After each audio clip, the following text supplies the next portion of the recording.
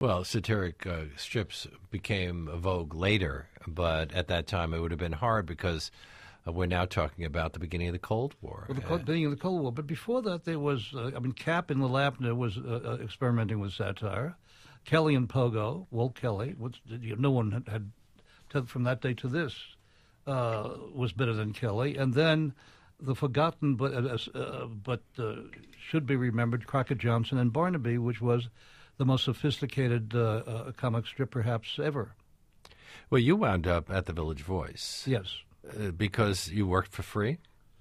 I hate to think that was the reason. Well, I got started at WBAI. They didn't pay me. Yes, but you must have had something. You must have had something to offer. And everybody that I took the books to, and besides Munro, there was Passionella, and there was a book called Boom about the bomb.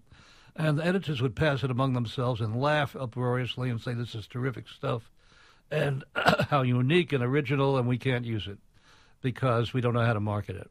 And I saw copies of the Village Voice on their desk. This is, in the first year of the Voice. What year is that? It's 1955, and then later 56.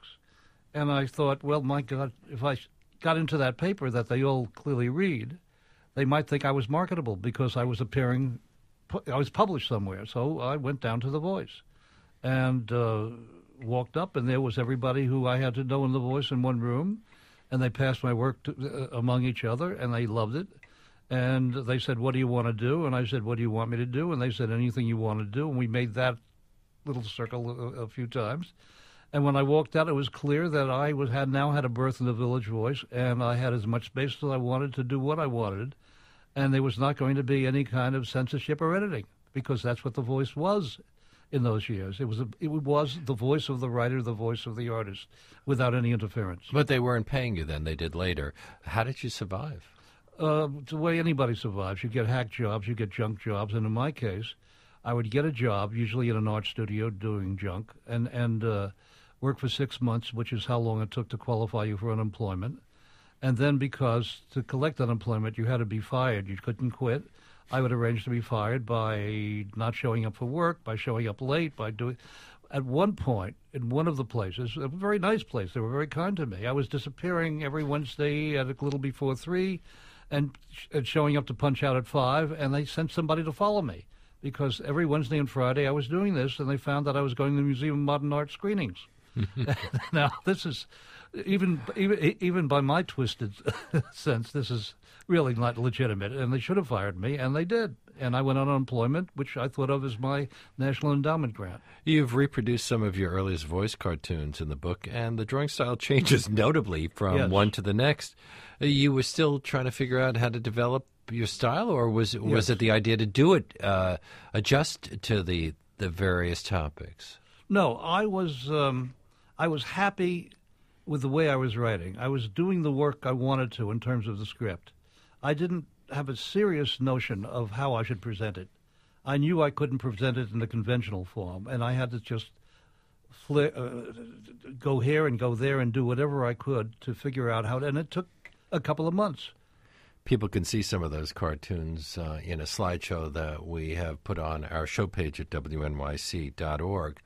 A major thing that set you apart from other cartoonists was the psychological bent of your work. Were you the first cartoonist to present people talking about their innermost fears and anxieties? Well, as I mentioned earlier, Steig was a model to me, but he did it in terms of single-panel cartoons and single-liners. Mother loved me, but she died. Well, he was in Reichian therapy. Were you in therapy? Yes, that's right, exactly. And I was more the Freudian type, so I talked my way through 8 panels. And as I said, I was a strip guy, so I probably was the first one, I'm sure I was the first one, to have characters stand forward and monologue through 8 panels, talking about one thing while meaning something else, and the reader uncovers what he or she is saying. So the reader, in a sense, is the therapist, getting the angle on this unreliable witness who they've been watching for 6 or 8 panels.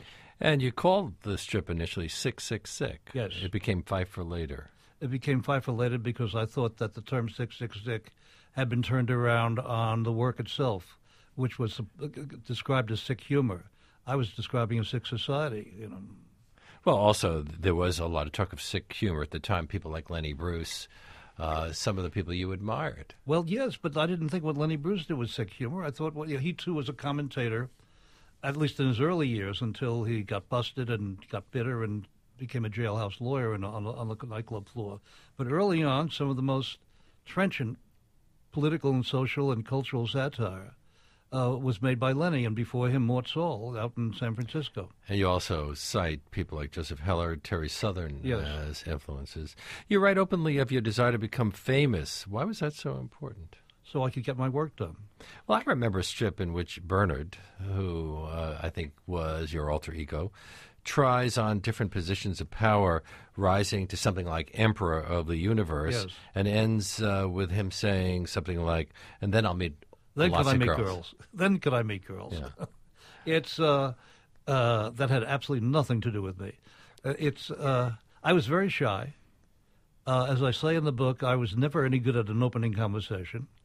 And I was with the most beautiful woman in the world, and we were in the same room alone, and I had to open the conversation. I never would have had a chance to meet her. Getting famous, she might have a chance to know my work and talk to me, and then I was all right. I mean, I was desperate to have somebody open up this conversation, and then I could go forward. But I didn't know. I had no opening lines. Did that change when you did become well-known? It changed when I became well known, and it changed when I began to drink. It all became easier. And when you became well-known, did it turn out to be what you had expected it to be or hoped it to be? It was better than what I hoped it to be, because it gave me the freedom to live out the life that I wanted to live, and I fantasized living, and do work that I hadn't even dreamed of doing, like entering theater, doing playwright, children's books. I mean, it opened doors for me I couldn't imagine at the time, and wouldn't have thought I was qualified for. So it made me a lot more courageous than I really was. How did you go about creating each week's cartoon? Did you base them on things that were happening to you and your friends? I based them on what was around. I was an object of the culture in a Cold War climate, which was, as you may recall, quite repressive. And so that people, particularly people with a liberal bent, educated and with a liberal bent, really didn't realize they had First Amendment rights, kept a watch on what they were saying, and kept their conversations restricted to people they could trust. So when I started appearing in The Voice, the early comments were, how'd you get away with that? How'd you get into print? Not how funny it was or how trenchant or whatever. And then the cartoons got more political. They got more and more political as the Cold War increased, as we got into Vietnam, as we got into the civil rights movement. All of this stuff was out there, and so it was. And I didn't see other people dealing with it, and I thought, because of my politics, which were left, it had to be dealt with. And in terms of the civil rights movement and the militancy of it, increasing militancy, when other newspapers and cartoonists in the mainstream papers thought of Martin Luther King as an extremist, and you may recall that, not the sainted figure he is today, I was doing cartoons on just the opposite bent, and the only other one I know of was Bill Malden and Herblock. But you also were doing things to make a living. You were hired to create ads for Rose's lime juice that were going to run in the New Yorker, and people were horrified. You were selling out. Well, that's right. I saw nothing wrong with it for the first 3 or 4 or 5. I even rewrote the copy so that it would seem more Feiffer-like. And then I got this letter, which was a cartoon torn out of the New Yorker, and with a big X marked upon it, and it said "sell out." And it was two young women students from the University of Texas. And I was in a fury. I was enraged until I thought about it and thought about it and thought about it and decided they were right.